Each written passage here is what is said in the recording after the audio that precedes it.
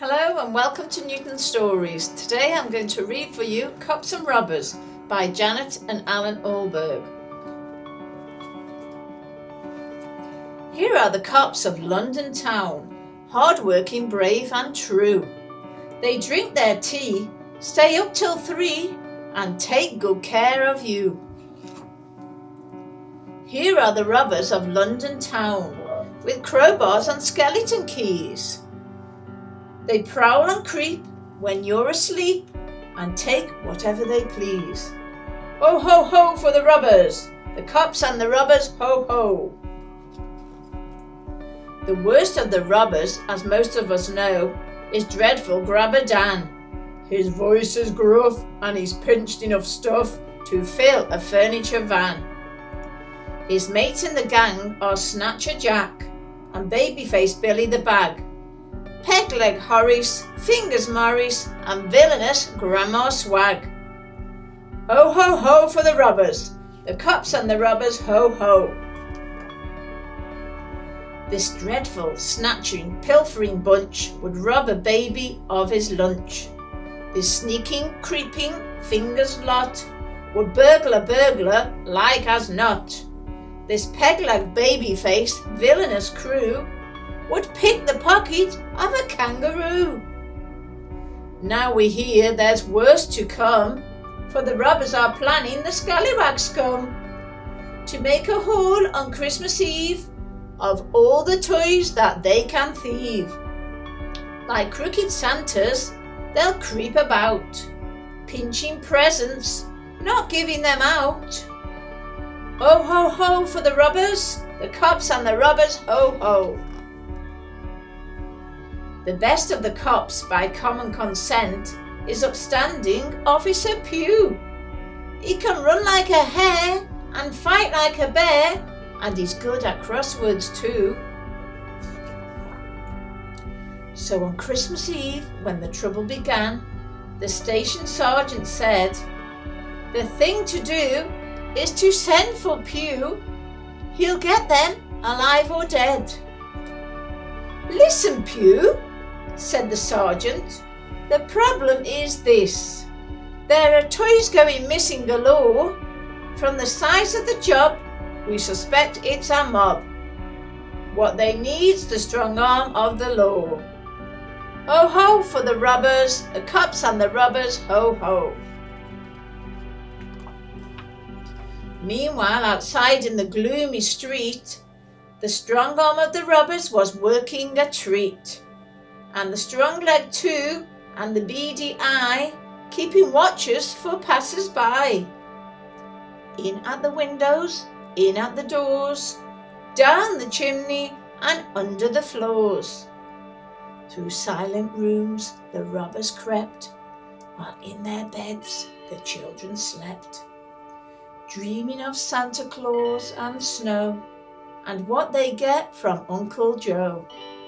They never knew that Uncle Morris was robbing them and Uncle Horace. Oh, ho, ho for the Rubbers, the Cups and the Rubbers, ho, ho. The lookout man was Snatcher Jack. He stood in a doorway, yawning. But when Officer Pew came into view, Jack saw him and whistled a warning. Grandma Swag, when the warning came, was pushing a pram up the road. It was piled high with loot and stolen to boot, a thoroughly villainous load. "Hello, hello," said Officer Pew. "Now then, what's going on here?" "Not much, young man," said the criminal Gran. "We're just having a robbery, dear." Ho, ho for the Rubbers, the Cups and the Rubbers, ho, ho. Before Officer Pew could unravel this clue, the Rubbers were on him like beasts from a zoo. They knocked off his helmet and rumpled his tie, trod on his truncheon and kicked mud in his eye, pulled his ears and tickled his feet, threw off of his clothes all over the street, punched and pummeled him, wham, bam, slam, even ran over him with the pram. Give up, the robbers cried as they sat on the officer side by side.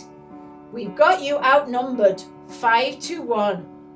For in the confusion, Grandma had gone. But Officer Pugh just shook his head. We've hardly started, boys, he said. And he laughed a laugh and grinned a grin. Sitting comfortably, are you? Then I'll begin. With a sudden leap, he bounded free and handcuffed Horace to a nearby tree, tied Maurice up in an empty sack, and beat the daylights out of Jack. Help! Shouted Billy. This can't be fair. That Pugh's not human. He fights like a bear. My mother was right. Crime doesn't pay. And with these words he fainted away. Grabber Dan was the last to cop it. Grandma, of course, having chosen to hop it. Dan tried to hide. The officer sought him. Dan tried to run. The officer caught him. Dan went to lift Pugh over his head. The officer lifted Dan instead and whirled him around and swung him whoosh across the road and into a bush. Down he tumbled, skiddled and rolled, hit a concrete knoll and was knocked out cold. Pugh dusted his hands and sat on the wall. A little snow had begun to fall. He looked at the knoll and patted its head. You could get a medal for this, he said. Oh ho ho for the robbers, the cops and the robbers, ho ho. Here are the cops of London town in the station at 2:30. They drink their beer and raise a cheer for outstanding Officer Pugh. Here are the robbers of London town in cells all gloomy and grim. Let us out, not guilty, they shout. And it wasn't me, it was him. Oh ho ho for the robbers, the cops and the robbers, oh ho.